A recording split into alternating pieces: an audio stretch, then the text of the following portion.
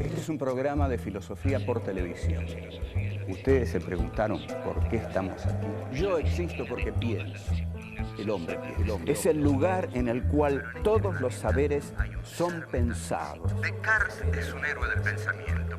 Es difícil enfrentar las grandes Es un cuestiones. libro de Jean-Paul Sartre, Crítica de la razón de Hegel. Esta es la historia de la filosofía de Hegel. Eterno. La filosofía es la totalidad de lo real, porque piensa. La totalidad de lo real. Encuentro 11. Nietzsche. Vida y voluntad de poder. ¿Cuál es el punto de partida que propone Nietzsche? ¿Cuál es el origen de los valores? ¿Quién ha creado lo bueno? ¿Qué relación existe entre el pensamiento de Nietzsche y la tardía unificación de Alemania?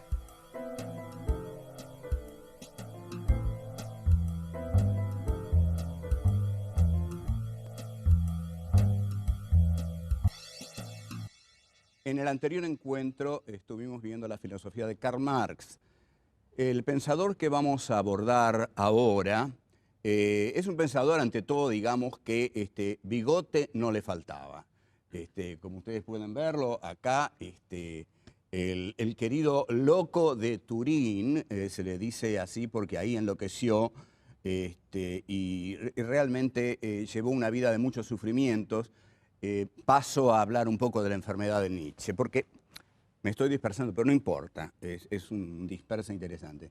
Heidegger dice que de Nietzsche en última instancia lo que siempre se va a poder decir es que se trata de un filósofo que al final se volvió loco. Es decir, que si uno a veces no les cree a los filósofos que no se volvieron locos y dice estos tipos están locos simplemente por lo que leen los libros de los filósofos, Nietzsche sí, Nietzsche hizo los deberes en ese sentido, era un filósofo loco que se volvió loco, es como una sobreabundancia.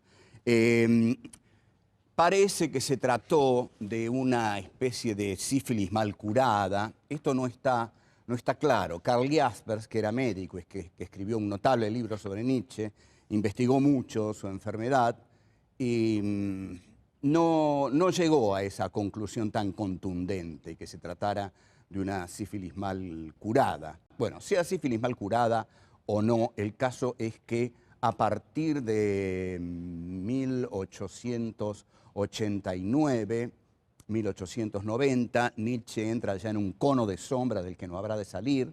Lo encuentran tocando el piano como un loco, él tocaba el piano, pretendía componer, cosa que hizo, pero insuficientemente, sobre todo al lado de Wagner, al cual él en un momento admiró mucho, y está 10 años loco hasta que muere en 1900. Nace en 1844, que es exactamente en la época en que Marx escribe sus manuscritos económico-filosóficos, y muere en 1900. Durante esos años dejó una marca indeleble y justamente se une a Marx en una actitud acerca de partir de una base que podríamos llamar material. Vamos a aclarar esto. Si Marx parte de las fuerzas de producción y las relaciones de producción capitalistas, de la materialidad de la historia y de la materialidad de su sujeto elegido, que es el proletariado, que trabaja con la materia y por eso su filosofía la llama materialismo histórico, Nietzsche va a partir de la vida. La vida era, el concepto de vida estaba faltando en la filosofía. Entonces Nietzsche se va a definir a sí mismo ante todo como un furioso antiplatonista. ¿Por qué? Porque toda la filosofía de Platón consiste en realidad en dos puntos esenciales. Hay un mundo sensible y hay un mundo suprasensible. El mundo sensible es el mundo en el que habitan los hombres y el mundo suprasensible es el mundo en el cual están las ideas que son perfectas en sí. Las ideas fundamentales del mundo platónico son las ideas de la verdad, lo bello y lo bueno. Pero están en el mundo suprasensible. Ese es el mundo en el cual Platón instaura sus valores. Los valores platónicos son el bien, lo bello y la verdad. Están en el mundo suprasensible. En el mundo sensible está lo que se da en el modo de la devaluación, digamos, de la imperfección, no de la perfección eidética de lo bueno, lo bello y la verdad. Lo que va a hacer Nietzsche es justamente una transvaloración de los valores, una transmutación de los valores. Va a decir no, no, no. Elimina el mundo suprasensible y basa su filosofía en lo que podríamos llamar la materialidad de la vida. En este sentido es que me interesa ligarlo a Marx, la materialidad de la vida. La vida es el concepto esencial en la filosofía de Nietzsche. Pero la vida en Nietzsche tiene sus características, que son las siguientes. La vida es devenir. La vida deviene porque la voluntad de poder es el eje dinámico de la vida. Al ser la voluntad de poder el eje dinámico de la vida deviene. Este devenir de la vida es el devenir de la voluntad de poder. ¿A dónde apunta la voluntad de poder? La voluntad de poder apunta a encarnarse en un tipo especial de hombre que Nietzsche va a describir minuciosa y obsesivamente. Un tipo especial de hombre al que Nietzsche llama el transhombre o el suprahombre o el superhombre. La palabra alemana es Übermensch y es aquel punto al que Nietzsche aspira llegar. De este modo, Nietzsche va a definir al hombre como una cuerda tendida entre la bestia y el superhombre. Y bajo esa cuerda lo que hay es un abismo. O sea, el hombre está en medio del superhombre y de la bestia. El hombre es un camino, un devenir hacia aquello que el hombre debe ser. Lo que el hombre debe ser es el superhombre, el Übermensch. O sea, esa cuerda tendida va de la bestia al superhombre, el hombre está en el medio y abajo un abismo. Bien, yo voy a tomar uno de los textos de Nietzsche más duros. Es decir, acá no nos vamos a andar con vueltas y vamos a tomar el más duro, el más despiadado, el más estremecedor. Es una palabra de Norberto Bobbio, que no es un brillante lector de Nietzsche, pero que no lo conoce mal y lo rechaza porque dice que hay muchos de sus textos que le resultan demasiado estremecedores. También se define a Nietzsche como alguien que piensa a martillazos, es decir, que piensa con ideas duras, frases duras, y esto es lo que Nietzsche llama pensar a martillazos. Vamos a ver en el comienzo del Anticristo, por ejemplo, cuando Nietzsche elige la guerra en lugar de la paz, cuando Nietzsche elige el odio en lugar del amor, y hasta cuando Nietzsche dice, no me importa que mueran los débiles, al contrario, hay que ayudarlos a morir. Texto que sí es estremecedor porque para muchos está ahí el germen de la eutanasia nacionalsocialista.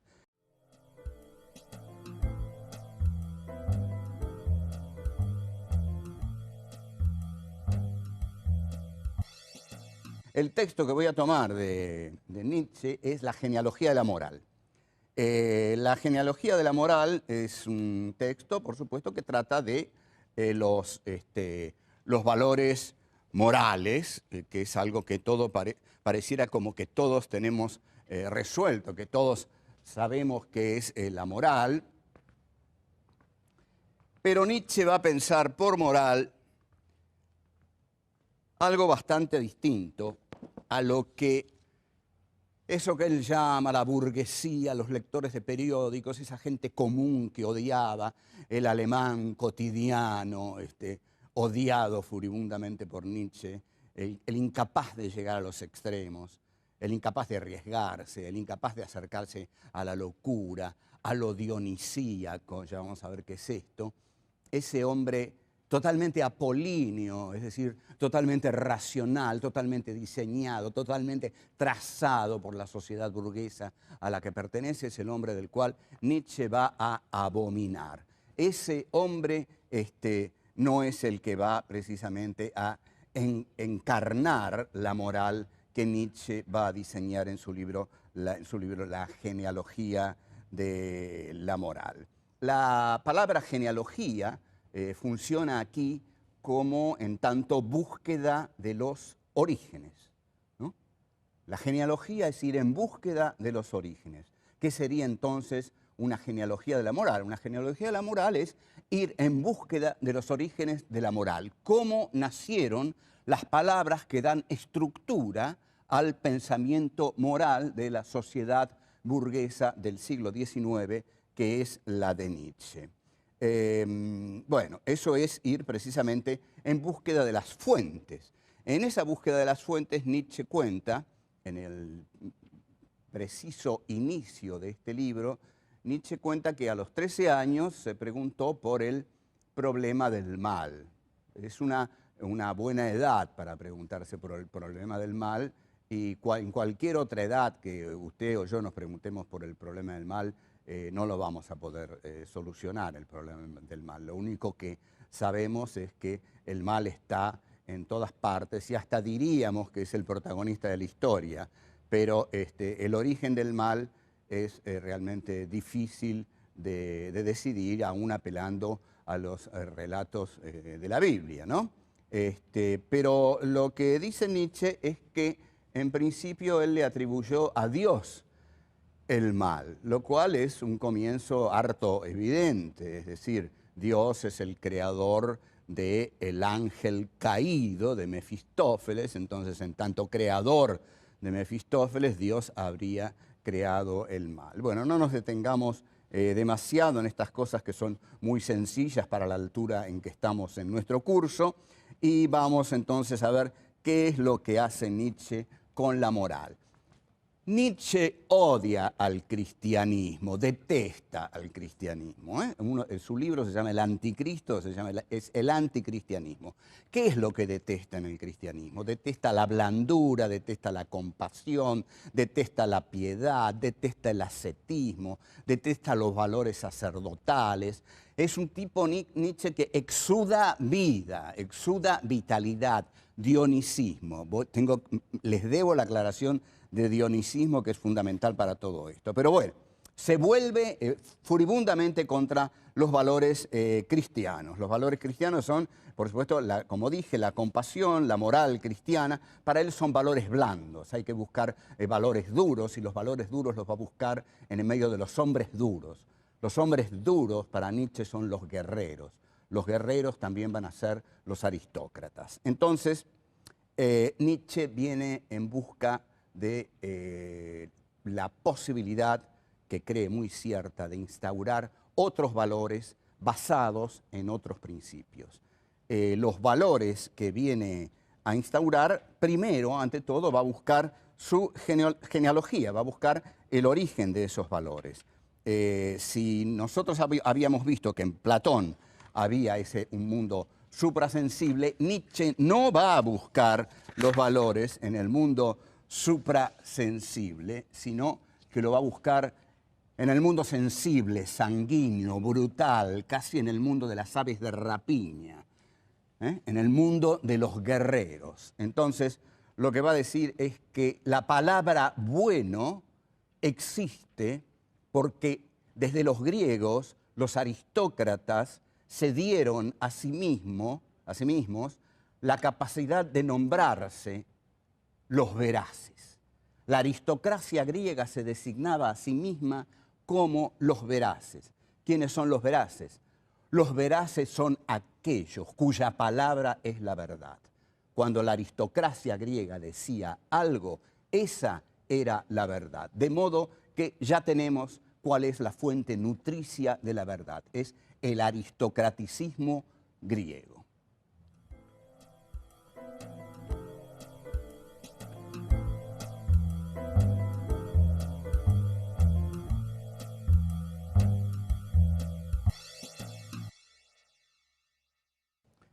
Este concepto de aristocracia que menciona Nietzsche hay que entenderlo cuidadosamente.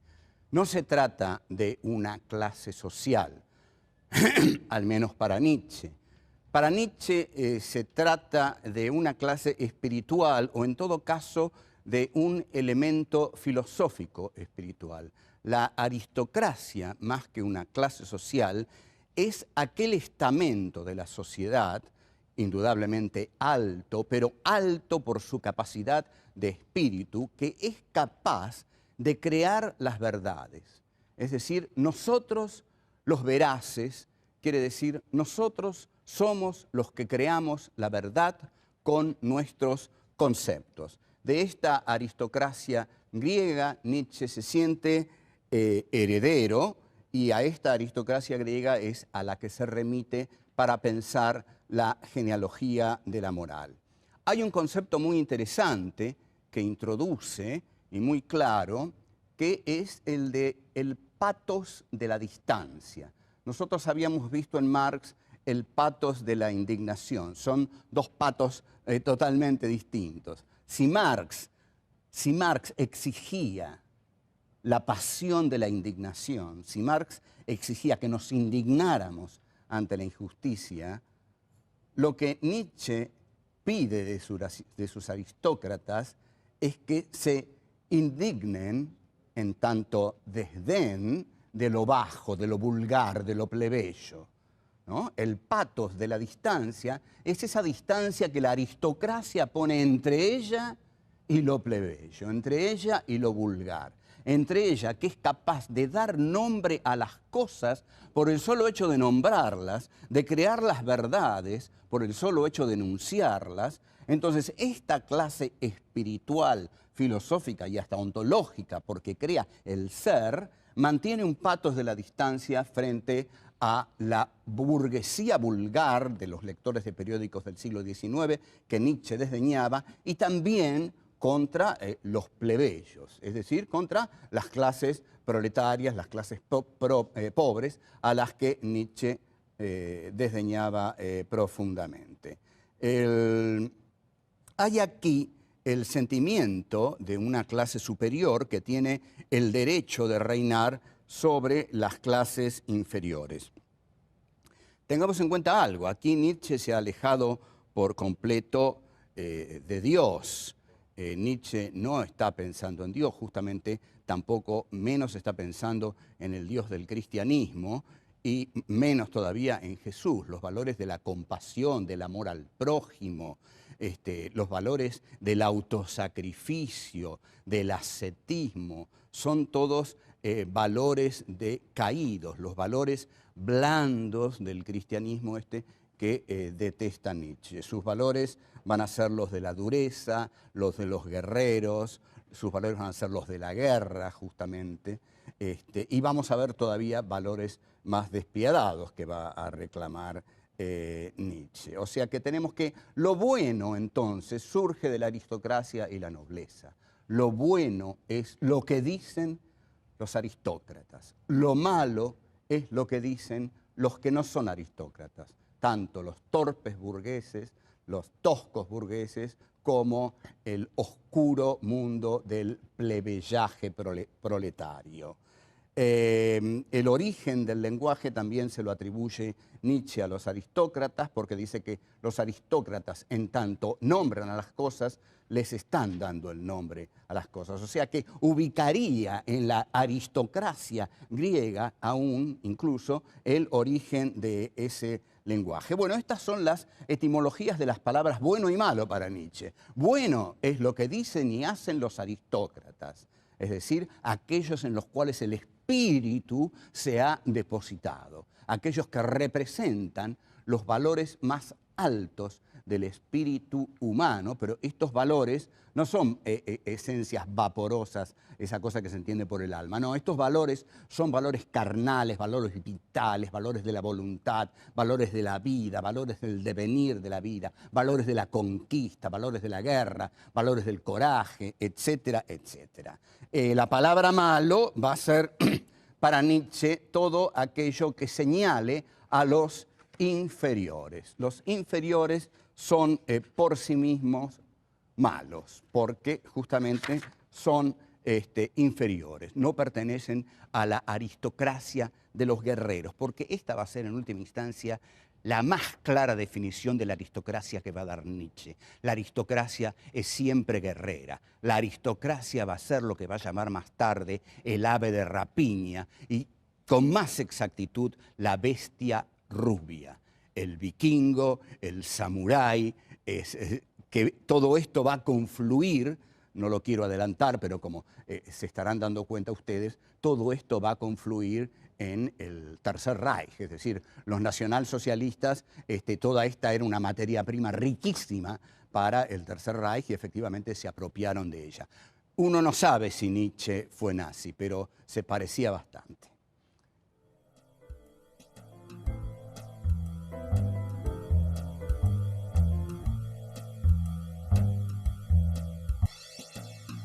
Si bien Nietzsche fue un pensador solitario, porque claro, el tipo que piensa estas cosas no está muy acompañado, porque si yo salgo a la mañana, digamos, voy a poner un ejemplo medio vulgar, digamos, de estas cosas, voy a hacer una especie de sanata sabateriana, digamos, como para que, yo qué sé, no critiquen mucho de que esto es abstruso y que no se entiende. Pero va, digamos, Nietzsche sale una mañana, se encuentra con un burgués leyendo el periódico y le dice, mire, usted es un burgués decadente, de una sociedad decadente, no tiene valores morales fuertes, usted no representa en nada el espíritu de los verdaderos guerreros que hicieron la grandeza de Alemania, y uno así no tiene muchos amigos.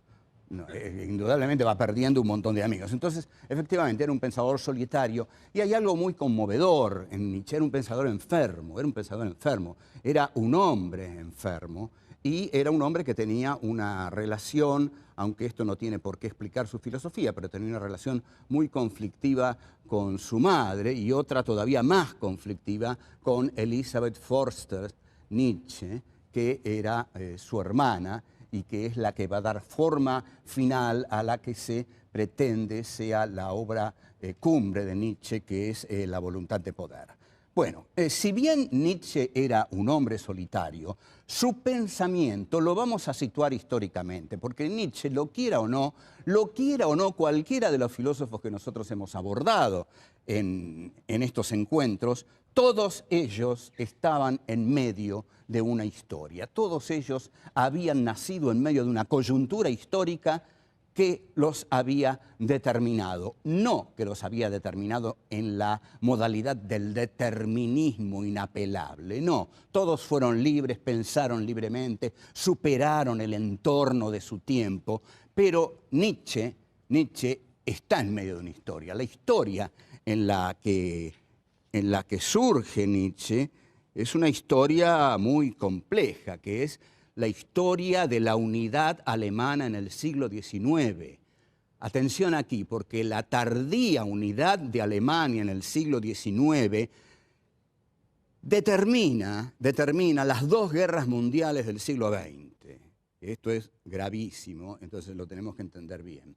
Alemania es una de las últimas naciones europeas que realiza su unidad. La realiza con el canciller de hierro, Bismarck, y con el Kaiser Guillermo, la consolida con la guerra franco-prusiana de 1871, donde Prusia gana la guerra y desde Prusia se gesta la unidad de Alemania. En esa guerra prusiana, Nietzsche fue como enfermero, actuó un tiempo solamente y lo mandaron a su casa, pero en una carta a un amigo militar, Nietzsche habló de la grandeza de Alemania, de la grandeza guerrera de Alemania en esa guerra contra Francia, y se mostró orgulloso de las hazañas guerreras del ejército alemán. Esto lo vamos a retomar y lo vamos a ver. ¿Qué importancia tiene? Pero por ahora estamos en esto. Alemania llega tarde a su unidad nacional. Entonces, yo digo, con cierta inocencia, aunque nada de lo que digo es inocente, todo está lleno de maldad, pero digo, el filósofo de la voluntad de poder no tendrá algo que ver con una nación que llega tardíamente a su unidad. y que cuando llega a su unidad todos los territorios ya han sido conquistados por los otros imperialismos, y llega a esa unidad y tiene que rediscutir la organización que tiene el mundo y que tiene que guerrear para ampliar su espacio vital. Entonces, esa nación no necesita una voluntad guerrera, esa nación no necesita una voluntad de poder, sí, la necesita, y tiene a su filósofo, Friedrich Nietzsche, que va a ser el filósofo de la voluntad de poder. Entonces, yo diría y digo que Nietzsche es el filósofo de la unidad alemana a través del concepto de la voluntad de poder que esta unidad alemana tiene que instrumentar para rediscutir el reparto imperialista del mundo. Nietzsche se caracteriza entonces por pertenecer a esta Alemania que llega tarde a la repartición de un mundo en el cual digamos, una repartija que Alemania va a tener que discutir, ¿no? Y que va a discutir porque dice nosotros necesitamos más, porque nuestra voluntad de poder nos lo pide. Las diferencias con Marx para mí, contrariamente a algunos otros teóricos que quieren acercar a Nietzsche a Marx, son decisivas. Nietzsche es un filósofo que odia al socialismo, pero ese proletariado en el que Marx cree ver por primera vez la dictadura del proletariado, al proletariado en armas, al proletariado luchando por su propia emancipación, para Nietzsche va a ser una rebelión de los esclavos, una rebelión de los plebeyos, una rebelión contra el orden natural que la burguesía debe tener, que Alemania debe tener y que la aristocracia debe cerrar, digamos. Ahora, este desacuerdo es muy profundo. Si bien Marx parte como materialidad de las clases sociales, de las relaciones de producción y de las fuerzas productivas, y Nietzsche de la vida, las diferencias entre uno y otro son enormes y se ven sobre todo en la cuestión de la Comuna de París. Para Marx, la Comuna de París era la lucha por la liberación de la clase obrera. Para Nietzsche, la Comuna de París era la insubordinación insolente del pueblo bajo, de los plebeyos. Seguimos en otro encuentro.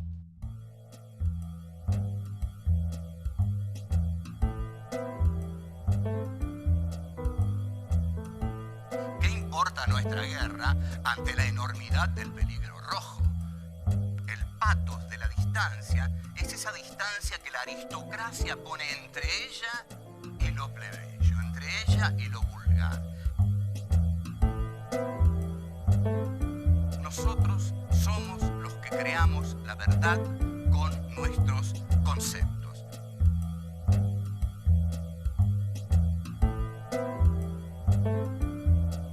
Cuando la aristocracia griega decía algo